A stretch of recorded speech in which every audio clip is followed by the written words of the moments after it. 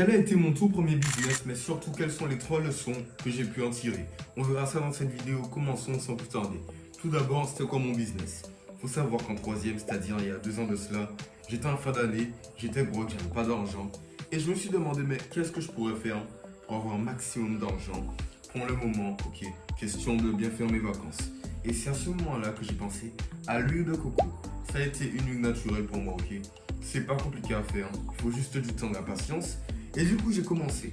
J'ai dit ça à mes parents, tenez-vous bien, ils se sont moqués de moi, ok? Enfin, pas moqués, mais en gros, ils me prenaient pas au sérieux. Ils pensaient que j'allais pas y arriver. Première fois que j'ai fait l'huile, j'en ai pas fait beaucoup. Je me suis pas découragé, j'ai continué. Et d'ailleurs, on va passer au premier conseil que je veux te donner. Crois en ton projet jusqu'au bout.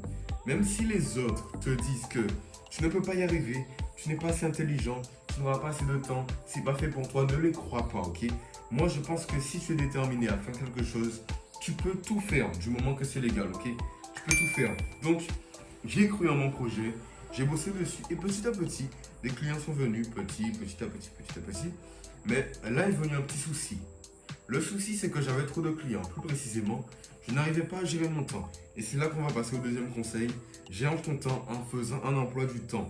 Tu ne peux pas être un entrepreneur et en même temps faire ce que tu veux, regarder 1 heure de série par jour. Non, tu ne vas pas y arriver. Tu dois simplement te dire que j'ai ce travail à faire, donc je fais ce travail en premier temps. Et comme ça, après, je chill, je me détends.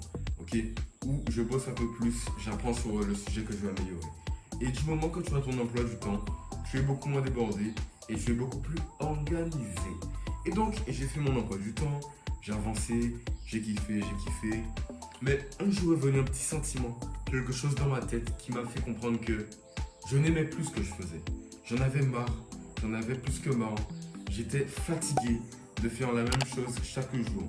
C'est pas parce que j'avais plus de clients, c'était surtout parce que ça me disait rien. Et voilà le troisième conseil. Si tu en as marre de ce que tu fais, si tu en as marre de taffer comme un acharné, alors que tu n'aimes pas ce que tu fais, tu as seulement de l'argent qui vient, ne travaille pas seulement pour l'argent. Parce que si tu es sur cette chaîne, c'est que tu veux réellement t'améliorer.